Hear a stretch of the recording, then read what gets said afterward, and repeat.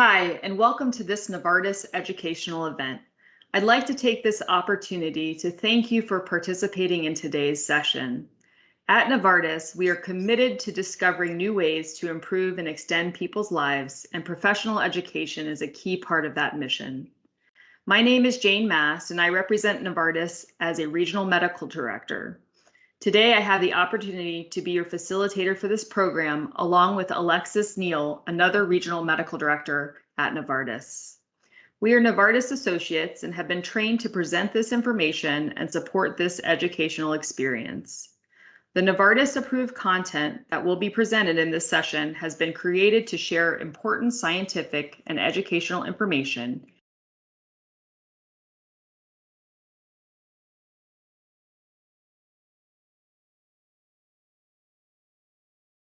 Today, we're going to dive into the immune system. Homeostasis is the tendency of a system, especially the physiologic system of higher animals, to maintain internal stability, owing to the coordinated response of its parts to any situation or stimulus that would tend to disturb its normal condition or function. The immune system defends the body against dangerous invaders. It is a complex network of cells and processes that defend against attack by any foreign invaders. These foreign invaders include microbes, organisms such as bacteria, parasites, and fungi, viruses, cancer cells, and toxins. A successful immune response includes recognition of the threat leading to activation of the response, regulation of the response, and finally, resolution of the response. The immune system is a highly complex system that comprises numerous types of immune cells that all work together as a team. It is divided into two systems that are interconnected: the innate immune system and the adaptive immune system. In the following slides, we'll introduce the immune cells that are the key players in the defense against pathogens. On the right, you can see some descriptions of the innate versus the adaptive immune system. The innate immune system is the first responder, which usually responds to the initial infection within 0 to 4 hours. The adaptive immune system is a later responder, typically after 96 hours of the initial infection. The two branches of the immune system work in close cooperation with one another. Cells of the innate immune system are the first line of defense against pathogens. Cells of the adaptive immune system are educated by the innate immune system to target specific antigens on pathogens. Memory cells within the adaptive immune system remember antigens on pathogens, so the next time they encounter them, they can attack more rapidly and specifically. Cytokines are small proteins that are secreted by different types of cells in response to a stimulus that induce behavior of other cells through a range of mechanisms. Some cytokines promote inflammation and are referred to as pro-inflammatory, while others are anti-inflammatory. Chemokines are a type of cytokines that attract cells with the appropriate receptors, which cause them to migrate towards the source of the chemokine. A critical part of the inflammatory response is the recruitment of leukocytes by chemokines and their migration into target tissue. Clinically, this is when we see the hallmark signs of inflammation, such as edema, pain, and erythema. Now we'll dive into the innate immune system. The innate immune system includes 4 types of defenses and is characterized again by the rapid and nonspecific defense that are typically the first line of defense against a pathogen. The anatomic defenses of the immune system are the skin, epithelial barriers, mucus production, and cilia movement. Some physiologic defenses of the innate immune system are stomach acid and antimicrobial peptides, which are secreted by epithelial cells. The phagocytic defenses include cells of the immune system, such as monocytes, neutrophils, and macrophages that engulf pathogenic microorganisms, and natural killer cells that detect and kill aberrant host cells. The inflammatory defenses of the innate immune system include pattern recognition molecules that detect invading pathogens and trigger cytokine production and immune cell recruitment. One of the innate immune cells are macrophages. Macrophages express receptors on their surfaces that detect signals that are not normally found in healthy tissues. In order not to phagocytose healthy cells, macrophages are selective and express receptors that recognize signals associated with invading pathogens, foreign substances, and dead or dying cells. Another innate immune cell is the natural killer cell. Natural killer cells recognize cells that do not express healthy molecules. They launch a rapid response by releasing cytotoxic proteins that induce apoptosis or lysis of the cell. When the pathogens lyse, they release antigens. This is important for enabling an adaptive immune response. Another innate immune cell is the dendritic cell. This is a messenger between the innate and adaptive immune system. The dendritic cells patrol the tissues that are exposed to the external environment, such as the skin, lungs, stomach, and gut. Dendritic cells engulf and process antigens released from pathogens, and they then present the processed antigen to specialized cells of the adaptive immune system called T cells. And this is why the dendritic cells are the bridge between the innate and adaptive immune responses. On the surface of dendritic cells or antigen-presenting cells, there is a major histocompatibility complex. The MHC is a set of cell surface proteins that display the antigen for recognition by the T cell or the adaptive immune system.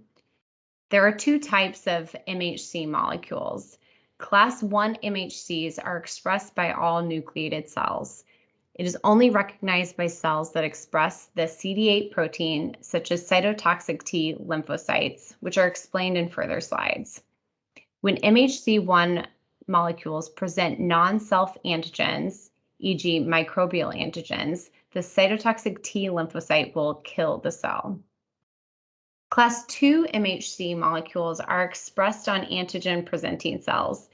They are only recognized by cells that express the CD4 protein, such as T cells and T helper cells.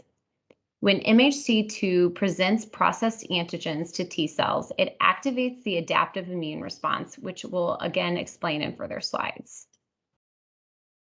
Now we will dive into the adaptive immune system.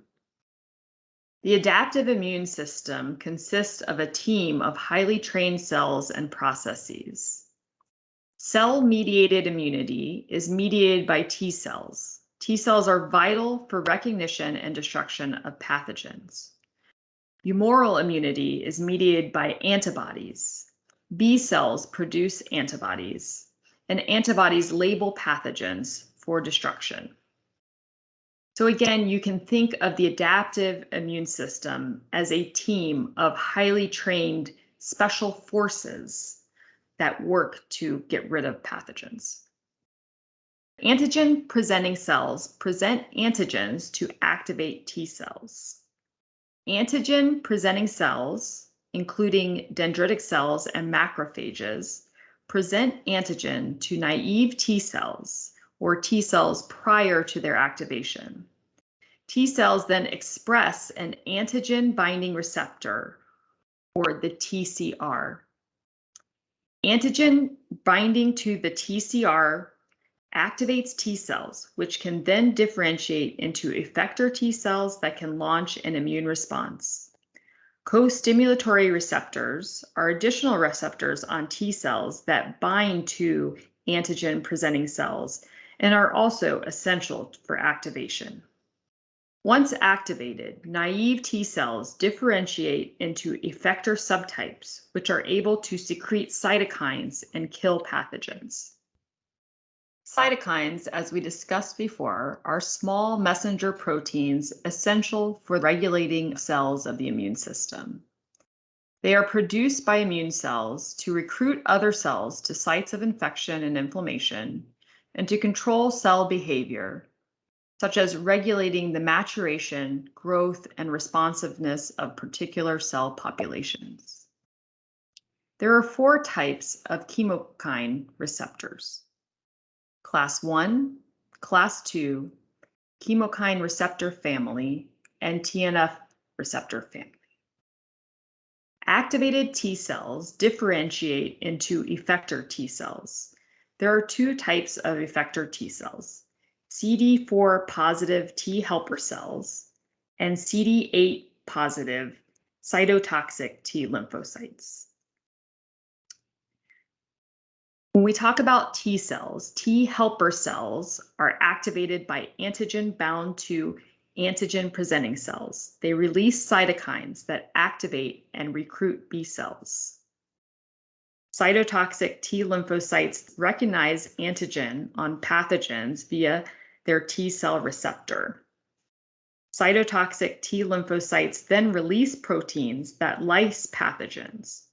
When no longer needed, these cytotoxic T lymphocytes can differentiate into memory T cells. Memory T cells mount a fast and strong immune response at subsequent encounters with specific antigens. When we talk about the activation of B cells make antibodies that are specific to antigens. B cells are classed as antigen-presenting cells, but instead of activating T cells, they themselves are activated by effector T helper cells. B cells engulf and digest antigens, process them, and then display them on their surface. Antigen on B cells is then recognized by T helper cells, which release cytokines, prompting B cells to differentiate into plasma cells and memory cells. Plasma cells can secrete antibodies that bind to specific antigens. They coat the pathogens and antibodies, flagging them for destruction by macrophages. Memory B cells are long-lived and can wake up when exposed to the same antigen at a later time. In conclusion, the immune system has two branches, the innate and adaptive systems that work together. Innate immunity is the first line of defense against invading pathogens or tissue damage and initiates an acute inflammatory response. Adaptive immunity requires days to develop and includes specific recognition of antigens and direct killing of target host cells. During acute inflammation, pro-inflammatory cytokines are secreted to recruit leukocytes to the site of infection or injury. Effector T cell formation and B cell activation lead to innate and adaptive immune responses, which leads to a complete immune response. Thank you for taking time with us today to invest in your education.